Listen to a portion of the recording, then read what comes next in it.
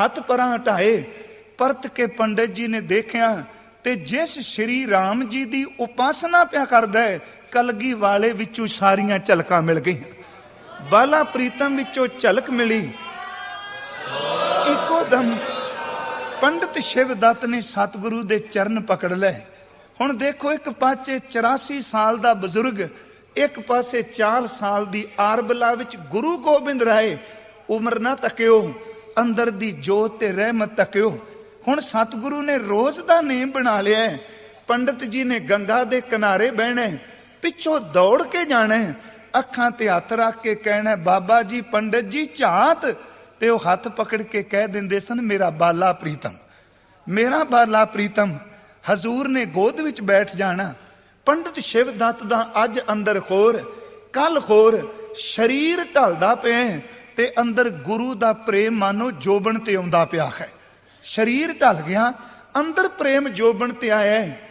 अज गली विचों निकलदे पए ने पंडित शिवदत्त ते आवाज दिती राजा फतेह चंद मैणी ने, मैनू सिर्फ 10 मिनट दिया जे, मैं ये जरूरी अर्ज करनी चाहना।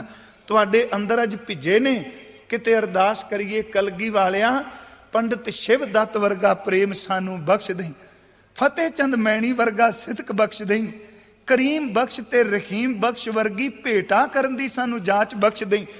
हजूर कृपालू जी, उन्हां दा सिख पंडित शिवदत्त गली विचों तुरिया। राजा फतेह चंद मैणी ने आवाज दिती, पंडित जी घर आओगे? आए ने ते अंदर प्रवेश किया ते आके जदों फतेह चंद मैणी दे चेहरे ते राणी दे चेहरे नूं तकिया, मायूसी है। कहन लगे, मायूस क्यों? कहंदे ने, देखो पंडित जी, किसी चीज दी परमात्मा ने कमी नहीं रहन दिती, पर घर पुत्र नहीं, संतान तो बिना बेबल खां। ते तुसी प्रभु दे चरनां विच अरदास करो खां, तुसी प्रभु दे प्यारे हो। ते शरदा विच भिजे बजुर्ग ने कहा, किते चरनां विच अरदास करनी जे, ਉਹ ਤਾਂ पटने ਦੀਆਂ ਗਲੀਆਂ ਵਿੱਚ ਅਨੇਕਾਂ ਕੌਤਕ ਪਿਆ ਕਰਦਾ ਹੈ। कौन? कहन लगे, बाला प्रीतम।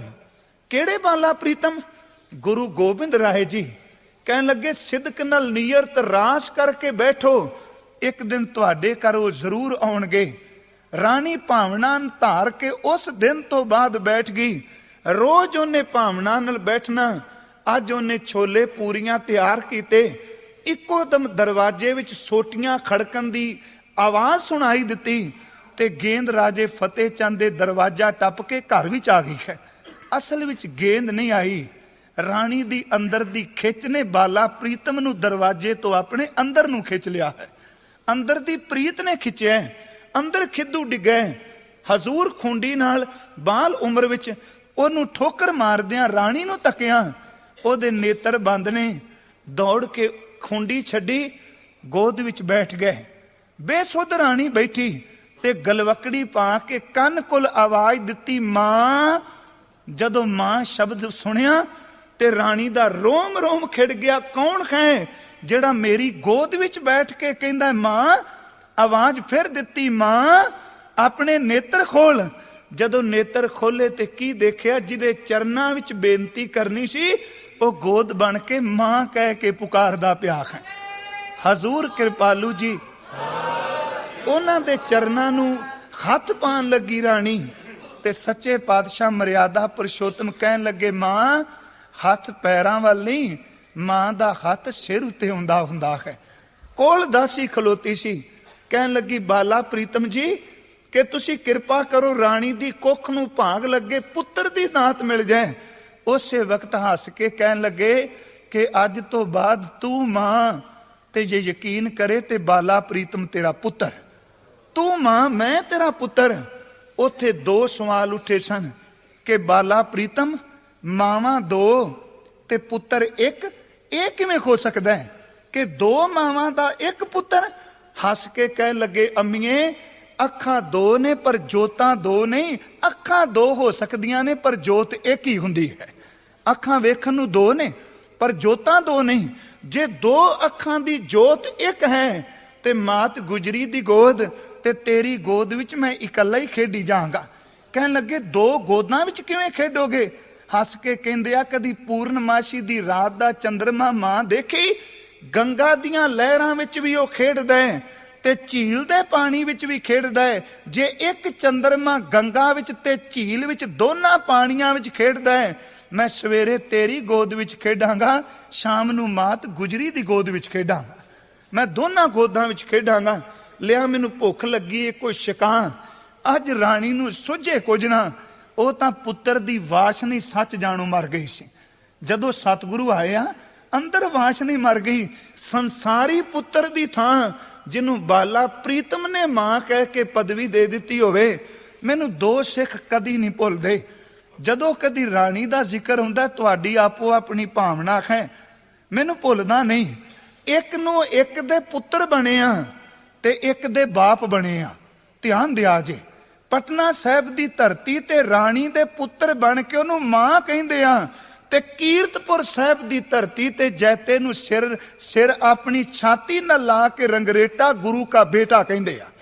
ਇਹ ਦੋ ਸ਼ਬਦ ਨਹੀਂ ਭੁੱਲਦੇ ਕਿ ਦੇਖੋ ਰਾਣੀ ਨੂੰ ਮਾਂ ਕਿਹਾ, ਕੁਝ ਬਾਹਰੋਂ ਭੇਜਿਆ, ਕਹਿਣ ਲੱਗੇ ਨਹੀਂ ਮਾਂ, ਪੁੱਤਰ ਨੂੰ ਭੁੱਖ ਲੱਗੀ, ਜੋ ਕੁਝ ਘਰ ਵਿੱਚ ਹੈ ਛਕਾ ਦੇ।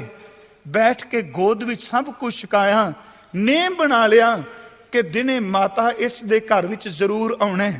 ਕਿਰਪਾਲੂ ਦਾਤਾ ਜੀ ਸਮਾਂ ਲੰਘਿਆ, ਅੱਜ ਗੁਰੂ ਤੇਗ ਬਹਾਦਰ ਜੀ ਆਏ ਨੇ। ਪੁੱਤਰ ਦੀ ਉਮਰ 5 ਸਾਲ ਦੇ ਕਰੀਬ ਹੋ ਚੁੱਕੀ। ਅੱਜ ਵੀ ਤੁਸੀਂ ਪਟਨਾ ਸਾਹਿਬ ਬਾਗ ਦੇਖਦੇ ਹੋ, ਰਹੀਮ ਬਖਸ਼ ਕਰੀਮ ਬਖਸ਼ ਦਾ ਬਾਗ ਸੁੱਕਾ ਹੈ। ਇਧਰ ਗੁਰੂ ਗੋਬਿੰਦ ਰਾਏ ਜੀ ਨੂੰ ਦੱਸ ਦਿੱਤਾ ਗਿਆ ਹੈ, ਮਾਤ ਨਾਨਕੀ ਨੂੰ ਪਤਾ ਲੱਗਾ ਮੇਰਾ ਪੁੱਤਰ 5 ਸਾਲਾਂ ਬਾਅਦ ਆਉਂਦਾ ਪਿਆ। ਤੇ ਗੁਰੂ ਗੋਬਿੰਦ ਰਾਏ ਸਾਰੀ ਰਾਤ ਖੁਸ਼ੀ ਵਿੱਚ ਨੇ, ਕਿਉਂਕਿ ਅੱਜ ਪਿਤਾ ਤੇ ਪੁੱਤਰ ਨੇ ਪਹਿਲੀ ਵਾਰ ਮਿਲਣਾ ਹੈ। 5 ਸਾਲ ਬਾਅਦ ਪੁੱਤਰ ਨੂੰ ਦੇਖਣਾ। ਹਜ਼ੂਰ ਘਰ ਨਹੀਂ ਆਏ, ਉਸ ਸੁੱਕੇ ਬਾਗ ਵਿੱਚ ਬੈਠ ਗਏ।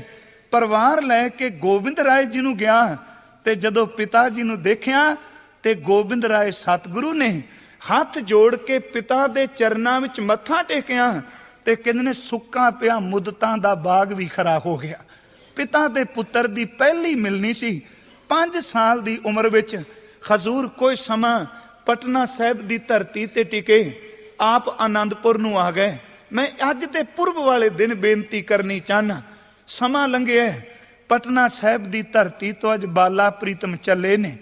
ਕਦੀ ਤੱਕੋ ਨਾ ਜਿਗਿਆਸੂਆਂ ਦਾ ਹਾਲ। ਪੰਡਤ ਸ਼ਿਵਦੱਤ ਕੁਛ ਨਹੀਂ ਬੋਲਦਾ, ਸਿਰਫ ਖਾਮੋਸ਼ ਬੈਠਾ ਹੈ, ਕਿਉਂਕਿ ਕੰਨਾਂ ਵਿੱਚ ਰੋਜ਼ ਆਵਾਜ਼ ਪੈਂਦੀ ਸੀ, ਬਾਬਾ ਜੀ ਝਾਤ। ਅੱਜ ਉਹ ਆਵਾਜ਼ ਆਨੰਦਪੁਰ ਦੀ ਧਰਤੀ, ਪੰਜਾਬ ਦੀ ਧਰਤੀ ਨੂੰ ਜਾਂਦੀ ਪਈ ਏ। ਰਾਣੀ ਫਤਿਹ ਚੰਦ ਮੈਣੀ ਦੀ ਉਹ ਬੇਬਲਖ ਹੈ ਕਿ ਕੌਣ ਆ ਕੇ ਰੋਜ਼ ਮਾਂ ਕਹਿ ਕੇ ਪੁਕਾਰੇਗਾ।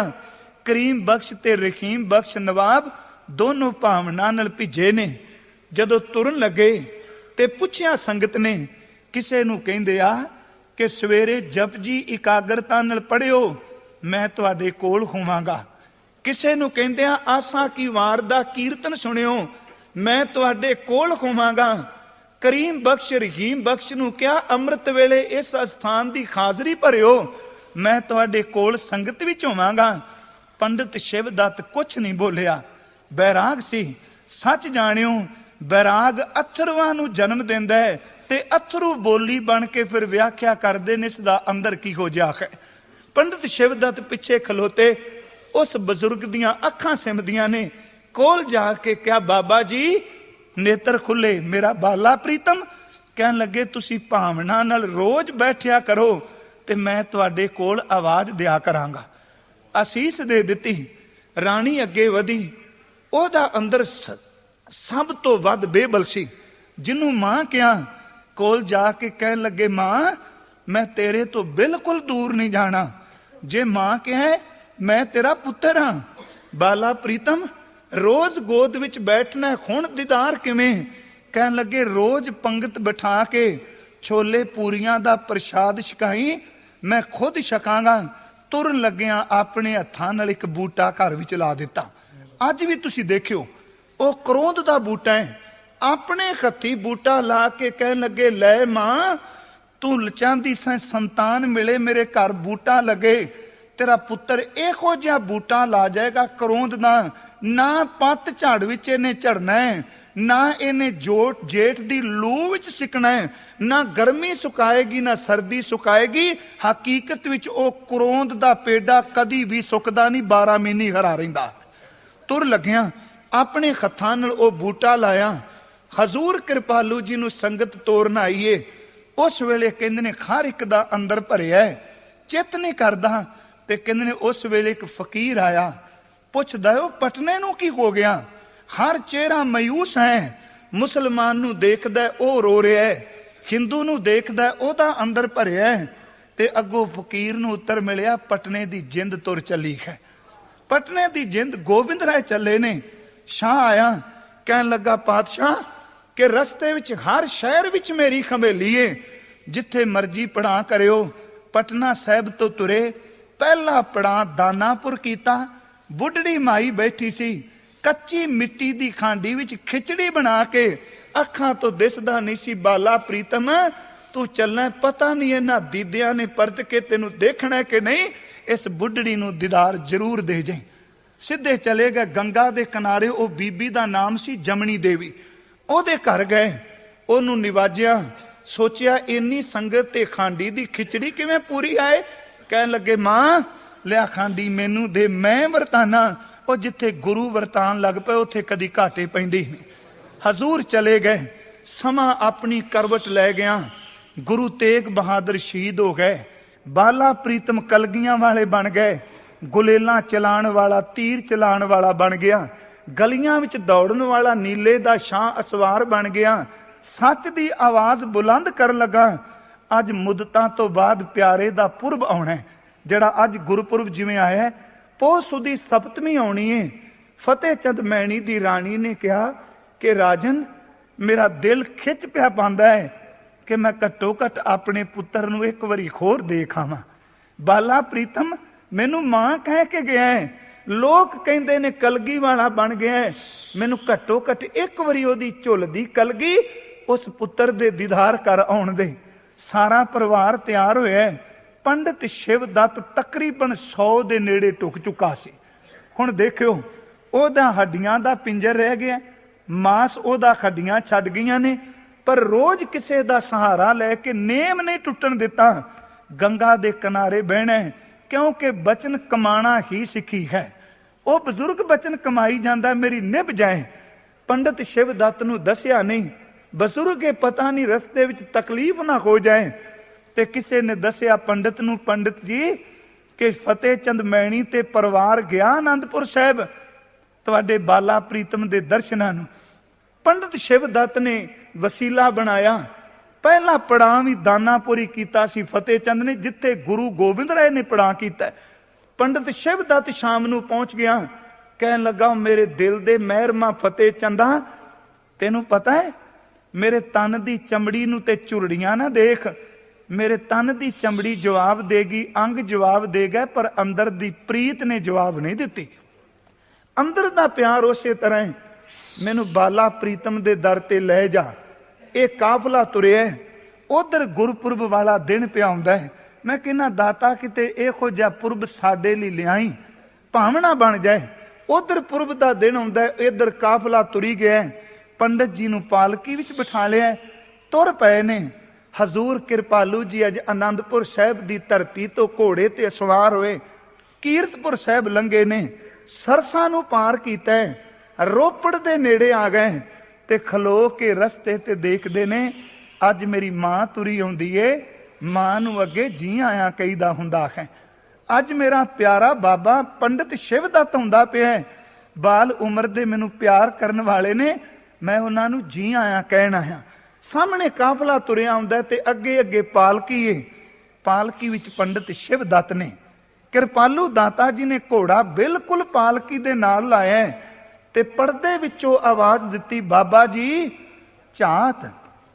ਪੰਡਿਤ ਜੀ ਝਾਤ। ਇੰਜ ਲੱਗਾ ਕਿ ਜਿਵੇਂ ਗੰਗਾ ਦਾ ਕਿਨਾਰਾ ਹੈ ਤੇ ਬਾਲਾ ਪ੍ਰੀਤਮ ਇੱਕੋ ਦਮ ਮੇਰੀ ਕਮਰ ਤੇ ਚੜਿਆ ਤੇ ਹੱਥਾਂ ਨਾਲ ਕੰਬਦੇ ਹੱਥਾਂ ਨਾਲ ਕੱਪੜਾ ਚੁੱਕਿਆ ਪੰਡਿਤ ਸ਼ਿਵਦੱਤ ਨੇ। ਬਾਲਾ ਪ੍ਰੀਤਮ ਦੀ ਥਾਂ ਤੇ ਕਲਗੀਆਂ ਵਾਲੇ ਬਣ ਗਏ। ਚਿਹਰਾ ਜਿਹੜਾ ਹੈ ਭਰ ਜੋਵਨ ਵਿੱਚ ਆਇਆ ਹੋਇਆ ਹੈ। ਪਾਲਕੀ ਰੱਖ ਦਿੱਤੀ। ਪੰਡਿਤ ਸ਼ਿਵਦੱਤ ਜੀ ਬਾਹਰ ਨਿਕਲੇ। ਉਹ ਗੁਰੂ ਕੇ ਸਿੱਖਾਂ ਦੇਖ ਗੁਰੂ ਗੋਬਿੰਦ ਸਿੰਘ ਦੇ ਅੰਦਰ ਦੇ ਨੇਹ ਨੂੰ। ਉਸ ਦੀਆਂ ਹੱਡੀਆਂ ਦੀ ਮੁੱਠ ਹੈ, ਚਮੜੀ ਹੱਡੀਆਂ ਛੱਡ ਚੁੱਕੀ ਏ, ਅੱਖਾਂ ਤੋਂ ਦਿਸਦਾ ਨਹੀਂ।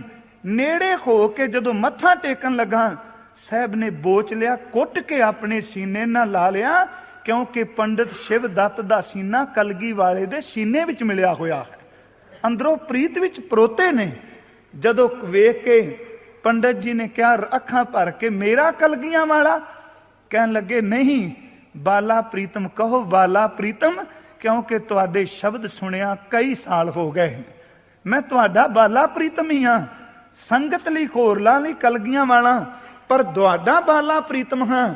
कहंदे ने पंडित जी ने कहा बाला प्रीतम, इन्नी देर नूं मां फतेह चंद मैणी दी राणी आ गई है। हजूर आप उठ के अगे गए, राणी बेबल हो के मत्था टेकन लगी, मत्था बोच के कहंदे ने नहीं मां, उस दिन भी कहा सी मावा असीस दिंदियां ने, मावा चुकदियां नहीं।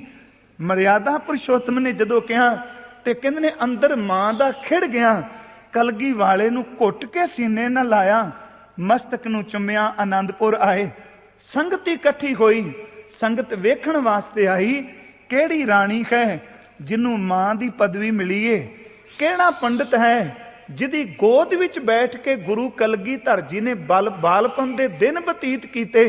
सारी संगत ने इस परिवार दा सत्कार कीता है।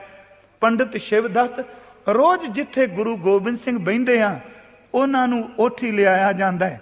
शरीर वडेरा है, अज गुरु कलगीधर जी दा पुरब आ गया है। पंडित शिवदत्त जी बिल्कुल गुरु गोबिंद सिंह जी दे नेड़े बैठे आ, प्यारे दी वरे गंढ है। राजा फतेह चंद ने हथ जोड़े ने कि सच्चे पातशाह घर नूं जाना है। हजूर ने आवाज दिती कि गुरु ग्रंथ साहिब दा स्वरूप लिया जाए। सही पा दिती मां, अगे छोले पूरियां विचों चिलकारे सन। इस शब्द नाल जुड़ियो, तन त्यागन तो बाद इस शब्द दा चिलकारा जिंद दे नाल जाएगा। गुरु ग्रंथ साहिब दा स्वरूप दिता मां नूं ते नाल पंडित शिवदत्त कोल ने। राजे ने कहा पंडित जी उच्ची आवाज विच, असी चले जे कल नूं, तुसी मंग लो बाला प्रीतम कोलों कुछ। कहन लगे चले हो? कहंदे ने खां। कहन लगे मैं जान लई नहीं आया, मैं वापस जान लई नहीं आया। कहन लगे पंडित जी नहीं, असी तुहानूं उसे तरह लैके जाएंगे। कहन लगे नहीं, हुण मैं जान लई नहीं आया, मैं इत्थे समान लई आया वां, मैं घर नूं वापस नहीं जाना। गुरपुरब वाला दिन सी, संगत भरी सी। अज बाला प्रीतम दे चरण धक्के नाल घुट के पकड़े ते मत्था पंडित जी ने टेकिया ते गुरपुरब वाले दिन गुरु दे चरनां विच ओहदे प्राण निकल गए। गुरसिखो आओ अज अरदास करिए, मेरे सतगुरु साडे अंदर दे रुखेपन तो सानू खटा के किते बाला प्रीतम पंडित शिवदत्त वर्गी भावना तां साडी नहीं, पर तू नदर कर दई। राणी वर्गा अंदर तां साडा नहीं है, असी मलीन, पर किरपा कर इस नूं धो दई। आप समूह संगत नूं धन गुरु गोबिंद सिंह कलगीधर सच्चे पातशाह जी दे आगमन पुरब दी लख लख वधाई होवे। सच्चा पातशाह मेहर करे, सानू गुरमत दी रोशनी दी दात बख्शे, नाम दी दात बख्शे। होइयां बेअंत भुल्लां किरपालू साध संगत जी आप किरपा करके बख्शना। आप सब दा धन्नवाद। तुसी तकरीबन 1.5 पौने 2 घंटे टिक के गुरु दे बचन सुने ने। सच जानियो, मैं दावा नहीं करना गुरु की हजूरी विच जदों तुसी शब्द पढ़ रहे सी, इंज प्रतीत होया बाला प्रीतम आप आए ने। सतगुरु मेहर करे, सानू समत बख्शे। वाहिगुरु जी का खालसा, वाहिगुरु जी की फतेह।